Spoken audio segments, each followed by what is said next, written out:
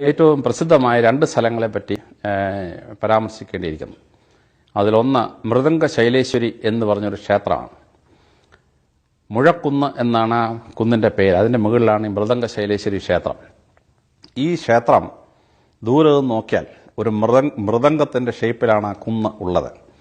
തന്നെയുമല്ല, സംഗീതത്തിൻ്റെ ദേവതയാണ് അവിടുത്തെ പരദേവത. അപ്പം മൃദംഗ ശൈലേശ്വരി എന്ന് പറഞ്ഞാൽ സംഗീതത്തിൻ്റെ ദേവതയായിട്ടുള്ള ഒരു ഇതാണ്. മുഴക്കുന്നെന്ന സ്ഥലത്തിന് കേൾക്കുന്ന തന്നെ ദേവതയുടെ സംഗീതം കൊണ്ട് മുഴങ്ങിയിരുന്ന സ്ഥലം എന്ന അർത്ഥത്തിലാണ് ഈ മുഴക്കുന്ന ക്ഷേത്രം. പക്ഷേ മൃദംഗ ശൈലേശ്വരി ക്ഷേത്രത്തിനൊരു പ്രത്യേകത ഉണ്ട്.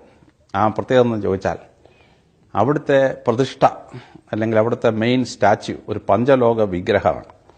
ആ പഞ്ചലോക വിഗ്രഹത്തിന് ഒരു 1.5 കോടി രൂപ വില വരും. പക്ഷെ അവിടെ ഗാർഡുകളൊന്നുമില്ല. ഈ ക്ഷേത്രം അസാധ്യ കാര്യങ്ങളുടെ ഒരു ക്ഷേത്രമാണ്. അവിടെ പോയി പ്രാർത്ഥിച്ചാൽ എന്ത് കാര്യവും നടക്കും എന്നാണ് അവിടുത്തെ വിശ്വാസം. അത് ചില സമയത്തെങ്കിലും വളരെ ശരിയാണ് എന്ന് എനിക്കും കണ്ടുപിടിക്കാൻ പറ്റിയിട്ടുള്ളതാണ്.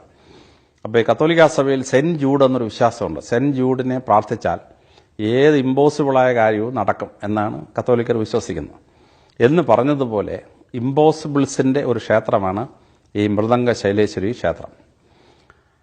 അവിടെ ഒരു ഗാർഡ് ഇടണം എന്ന് ഞാൻ പറഞ്ഞപ്പോൾ നാട്ടുകാരും അമ്പലാധികാരികളും അത് വേണ്ടെന്ന് പറഞ്ഞു.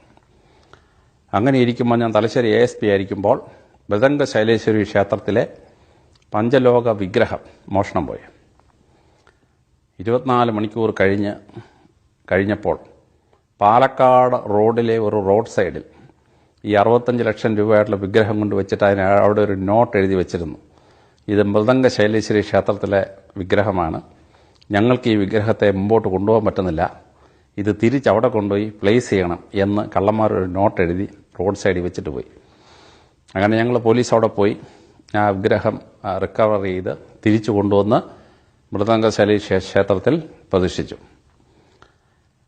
ഒരു 3-4 വർഷം കഴിഞ്ഞ് ഞാൻ കണ്ണൂർ SP ആയി വന്നപ്പോൾ വീണ്ടും ഈ വിഗ്രഹം മോഷണം പോയി. പക്ഷെ ഇത്തവണ ഒരു 300 മീറ്റർ വരെ വിഗ്രഹം അവർ കൊണ്ടുപോകാൻ പറ്റുള്ളൂ. അവിടെ വിഗ്രഹം വെച്ചു. ഈ മോഷണം നടക്കുന്ന 2 സമയത്തും കള്ളന്മാരെ മലമൂത്ര വിസർജനം ചെയ്തതിൻ്റെ ലക്ഷണങ്ങളുണ്ടായിരുന്നു. അപ്പോൾ വിഗ്രഹം മോഷണം പോയി. രാവിലെ കണ്ടു. കുറച്ച് കഴിഞ്ഞിട്ട് ഈ 300 വാര അകലെ നിന്ന വിഗ്രഹം കണ്ടെത്തി തിരിച്ചു കൊണ്ടുവന്ന് പ്ലേസ് ചെയ്തു. മൂന്നാമത് ഞാൻ DIG ആയി വന്നപ്പോൾ വീണ്ടും വിഗ്രഹം മോഷണം പോയി. ഇത്തവണ ആ വിഗ്രഹം വയനാട്ടിലെ കൽപ്പറ്റയിലുള്ള ഒരു ഹോട്ടലിൽ വരെ അവർ കൊണ്ടുപോയി, ഒരു ലോഡ്ജ് വരെ കൊണ്ടുപോയി.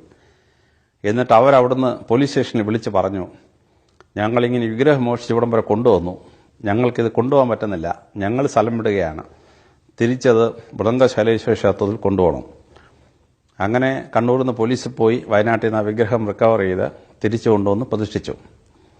ഈ 3 തവണയും മോഷ്ടിച്ച ഗാങ്ങിനെ കുറച്ചു കാലം കഴിഞ്ഞ് പോലീസിന് പിടികിട്ടിയപ്പോൾ അവരോട് ചോദിച്ചപ്പോൾ അവർ കാര്യങ്ങൾ പറഞ്ഞു.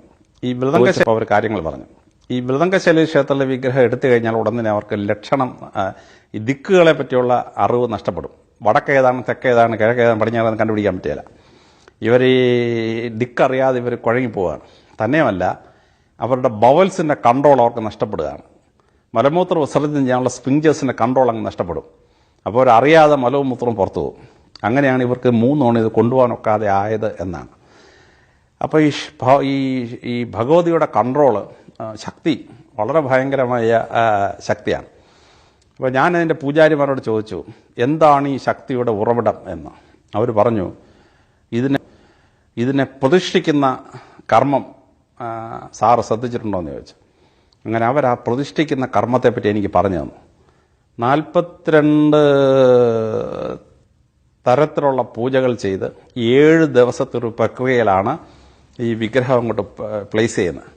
ആ വിഗ്രഹം പ്ലേസ് ചെയ്യുന്ന 7 ദിവസത്തെ പൂജയുടെ പ്രത്യേകത കൊണ്ടാണ് അതിൻ്റെ പവർ ഈ ഒരു മോഷ്ടാവിനും കൊണ്ടുപോകാനൊക്കാതെ ആയത് എന്നാണ് ആ പൂജാരിമാരുടെ അഭിപ്രായം.